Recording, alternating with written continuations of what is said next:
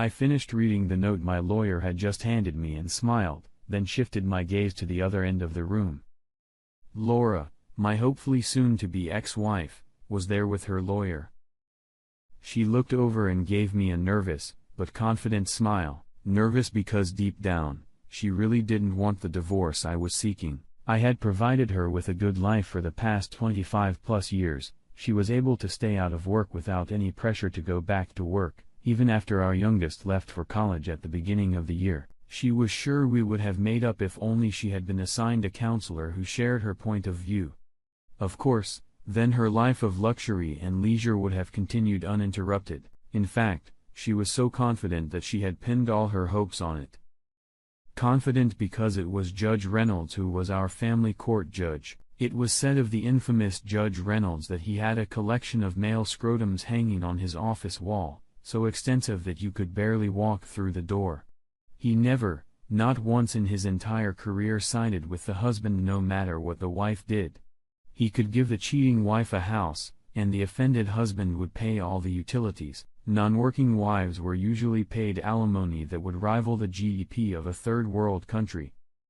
Meanwhile, the ex-husband was left living in a shoebox at the county dump, wishing he had enough money to afford macaroni and cheese. Yes. For the past 15 years or so, Reynolds has been a man universally hated by a large number of divorced men in our county. You may ask why his disgruntled ex-husband didn't straighten him out sooner? It may have had something to do with his personal wealth, some of which he distributed to local charities, usually through his beautiful young trophy wife. Alternatively, it could have been his support by the powerful local Christian lobby. Personally, I thought the only reason he wasn't fired years ago was because he must have had pictures of someone very high up in the legal hierarchy in a compromising pose with a sheep. Oh, yes. Laura had a reason to feel confident and smug. At that moment, the bailiff stood up and shouted, "Stand up, everyone." I reluctantly stood up as all 150 pounds of Judge Jeffrey Reynolds clumsily walked through the side door at bench level and teetered toward his reinforced chair, which creaked protestingly under the weight of his body. He looked flushed from dragging his bloated body from lunch to his bench. He glanced at the notes lying before him, then nodded to the bailiff, and he spoke. "This is the continuation of Brown Beard Brown, the Honorable Judge Reynolds presiding." The courtroom was filled with the rustling of clothes as asses hit the seats. I might as well not have bothered to sit down when he nodded for me to stand up. The judge looked at me mockingly and said, "I see that 5 days ago you completed your last stay in prison, Mr. Brown. I see it was your 430-day incarceration in the county jail for contempt of court. As I said at the time, I imposed this sentence. I believe that couples counseling is mandatory in any dissolution of marriage. Marriage is an institution blessed by God, and a person must mobilize every resource available to them to avoid breaking the heavenly union or incurring the wrath of God. Are you now willing to give your wife a chance to explain to you under the guidance of a professional counselor how you have failed her?" I nearly choked on the effort to keep from throwing up at his insulting words. This guy could have made Mother Teresa lose her temper and throw something at him. But instead, I forced my voice to sound strong and steady. "If, after you and my wife hear what I have to say, you both still want me to participate in this counseling charade, I'll agree." I was surprised that I was able to finish that statement. Even though my attorney told me that the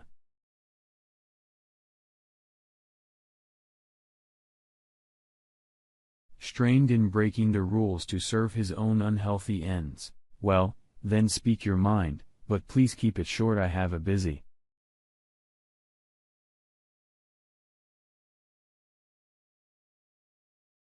7 years of marriage. I've had plenty of opportunities to lose my way. I still have my looks, and rich and powerful men attract a certain type of woman who throws themselves at you. I've never let up despite the stress of starting my own business and growing it to its current size. I think I had a right to expect the same from my wife. After all, she hadn't worked outside the home since she found out she was pregnant with our first child. She didn't have the responsibility of being the sole breadwinner for the family, the stress of running a business, or the enormous workload that I did. Besides, you were right. Marriage is an institution blessed by God, and we both stood before one of its representatives and swore fidelity to each other. Go on, Mr. Brown, we've heard this rant before. I am simply saying, Your Honor, that I do not think in any way that I deserve the treatment that I received on March 20th this year. The judge rolled his eyes, but did not interrupt. I did not deserve to come home early from work to find a guy sitting in my living room, and the sounds of sexual activity coming from upstairs. I also didn't deserve the shock I got when I started up the stairs, and the guy in the living room yelled at me, "Hey, don't cut in line. I'm next." I noticed that at this point, Laura looked visibly disturbed. She may be a slut, but she certainly didn't want our dirty laundry on display. The judge interrupted me. It's not my place to comment on the morals of society. I need to make sure the institution of marriage is protected and the family unit is safeguarded. I wanted to shout, "What the hell is the family unit? Our kids haven't been home in a long time, and they haven't spoken to their mother since she admitted to her disgusting behavior." But I did that last time and incurred the of the judge and earned an extra 3 days in the cell. So I shut up and sizzled with a good judge's stare. I also don't think I deserve to walk into my own bedroom and see my wife lying on her back with her legs around some young gym teacher's buttocks. I know for a fact that I didn't deserve the humiliation when I was told to go downstairs and wait for them to finish. The only bright spot in my shitty life over the past 5 months was remembering the look on that gym rat's face when I ignored my wife's instruction to go back downstairs. First, the annoyed look when I pulled him away from my whore wife. Then the look of utter horror when I threw him backwards down the stairs. He ended up with bruises and a broken collarbone before I threw him his clothes. The guy waiting in the living room ran off when I gave him a hard look. He was still unknown to the police and therefore not a witness. The judge interrupted me again irritably. "When will your assault case be heard in court?" "At the end of next month, Your Honor. As I've said 1,000 times, Mr. Brown, the actual conduct of the parties to a marriage is irrelevant. What matters is the principled approach. You could come home and catch your wife with the entire local soccer team, but I wouldn't care. I would still defend the sanctity of the marriage and her rights. Domestic violence can never be excused, even against a man who helped your wife adjust to your shortcomings as a husband." I explained that all of this will be handled by a counselor. As you may know, I see it as my job to economically punish spouses who either don't participate in counseling or ignore its benefits. The smiling fat man then leaned back in his chair, allowing me to continue. I continued without paying attention to what he said. I certainly didn't deserve the conversation I had with my wife after her lovers left. Obviously, I am a fantastic husband and she loves me madly, but no man can satisfy her these days, and so she is adamant that she will continue to have lovers. She told me I could either get over it or file for divorce, at which point, in her words, I'll be blown away. A slight smile at the memory of that. Those words on tape were the reason the kids wouldn't talk to her, and her friend list shrank several times over. The fat man in the court chair couldn't help himself again. "Why do you insist on boring us with your denunciation, Mr. Brown? I have explained several times that your wife's behavior past and present is irrelevant here. My role is to make every effort to avoid the breakdown of the marriage and to ensure your wife's financial well-being. I believe this marriage is salvageable and your wife wants nothing more than to have you back in her loving arms. I warn you again. If you do not participate in the counseling I have ordered and return to the duties of a husband, the award I will make to your wife will be much higher than your attorney is suggesting and you will go nowhere." So thought I once again, women can do no wrong. It had nothing to do with money, she just had needs. I'm going to burst that bubble. As I said earlier, Your Honor, if after my wife hears about the deal I am offering, she still wants to seek counseling, I will reluctantly comply, but let her be warned that the expiration date on this deal is 1 hour. If there's no signature within the hour, we'll go to counseling, which won't change anything, but even taking into account your legendary decisions, her ultimate reward will be less than this offer. I do wish you would not tarnish the great institution of marriage by reduced it to a value expressed in dollars and cents. That being said, "What is your offer?" My attorney finally got up to speak. Reciting the offer we had agreed upon, my client will transfer ownership of the Brown family home to Mrs. Brown, paying all government fees upon said transfer. He will transfer 90% of the value of all bank accounts opened in his name only and in the joint names of Mr. David and Mrs. Laura Brown to a bank account of her choice. In addition, he will sign a document promising to transfer 40% of all future profits of Brown Engineering or any other legal entity he establishes in the future in Australia to the former, Mrs. Laura Brown. To do this, my client expects Mrs. Brown to relinquish all need for counsel, cease all opposition to the divorce and return to her maiden name as soon as possible. I could see Laura and her attorney having a heated discussion at their table. Then her attorney rose. "Your Honor, if Mr. Brown's offer is indeed as generous as stated, we will be happy to sign the deal within the hour." His noble laxity looked disappointed that greed had once again trumped principle. But as he looked at them, he realized that the matter was hopeless. "Pending receipt of a signed copy of the relevant proposal, I hereby dissolve the marriage of David and Laura Brown. The dissolution will take effect in 30 days. He banged his gavel. We all stood up. His chair groaned in relief as he waddled away. I glanced over at Laura's table and saw that both she and her lawyer were grinning like Cheshire cats. She, because her life of excess and luxury, could go on indefinitely. He, because of the large percentage he would earn on the deal. As I watched, he began to read into the details of the deal. I wished I was there after Monday. It would be the first opportunity to find out that the house Laura had taken full possession of was mortgaged up to its eyeballs. The bank accounts were almost empty. And I no longer owned any companies in Australia. My lawyer called 2 hours later to say that the judge had ratified the deal and was busy ruining some other poor guy's life. I packed the last of my belongings, checked to make sure my passport was in place, grabbed a $300 bottle of sparkling wine, which by law, we were no longer allowed to call champagne, and headed to my friend with benefits. In my defense, I didn't date Lucy until after Laura ruined our marriage. And for all you Puritans who scream, "But you're still married," I considered the marriage over as soon as Laura's behavior became public knowledge, so I'm not perfect, sue me. Lucy is younger than my 47, and I must say not that smart, but she does have a very generous soul, the most fantastic blue eyes, and a stunning body that supported my wounded ego as she seemed to appreciate my size and stamina. It took almost 4 weeks to seduce her. Again, in my defense, it's hard to get into any kind of relationship when your stubbornness keeps getting you locked up in the local jail. After I tasted her charms, she really wanted more of mine.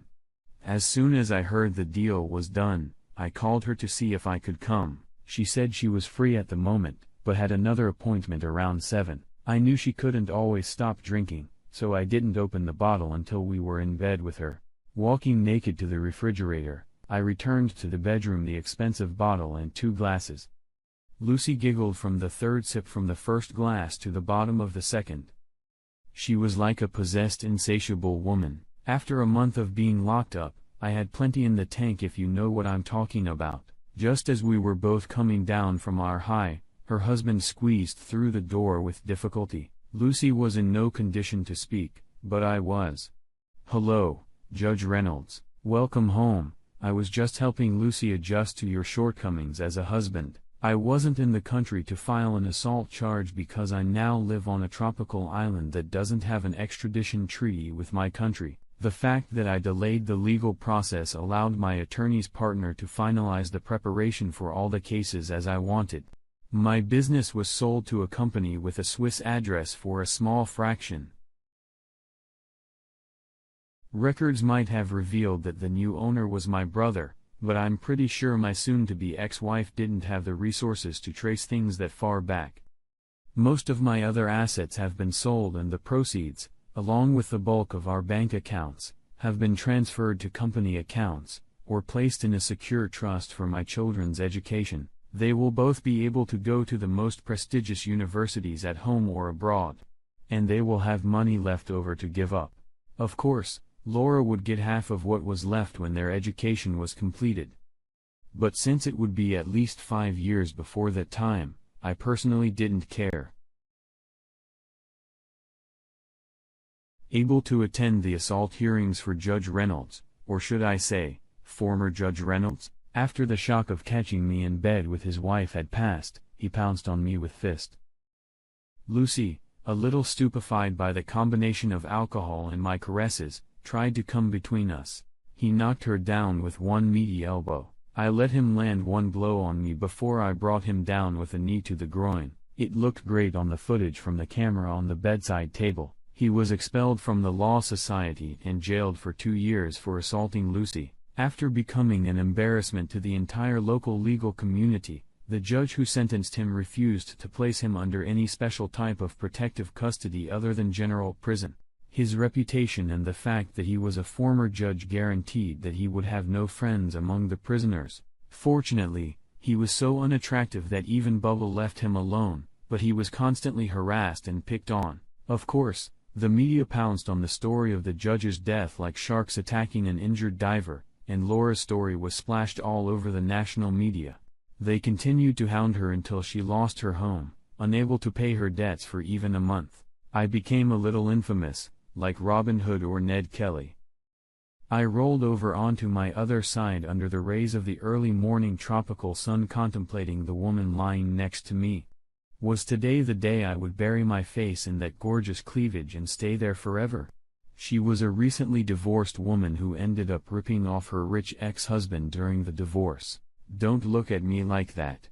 I didn't take any of her money. A monthly check from my brother allowed me to live in luxury for the rest of my days. Tomorrow, the children are due to arrive on the island for the 3rd time. They have become very attached to Lucy. They will never forgive me if I offend her sweet, simple soul. They will no doubt bring me news of Laura's latest follies. I already knew she'd lost her home, moved out of our neighborhood due to sheer humiliation, rented a 1-bedroom apartment while working as a waitress and aged 20 years. The kids tried to talk me into forgiving her on their first visit, but I showed them videotapes of me going into the bedroom that day and her subsequent confession to me and her demands. That put an end to their attempts to talk me into leniency. They still pick up the phone when she calls, but any close relationship that was always based on respect is gone. Sometimes I wonder if she has the strength to drive trains now. Enough negative crap. It's time to start our day. Lucy smiled before she even opened her gorgeous blue eyes. After all, by the time Jeffrey Reynolds was released, he had become a shadow of his former self. He was a recluse until his untimely death 5 years later. His grave is a popular urinal for divorced men with retained anger issues.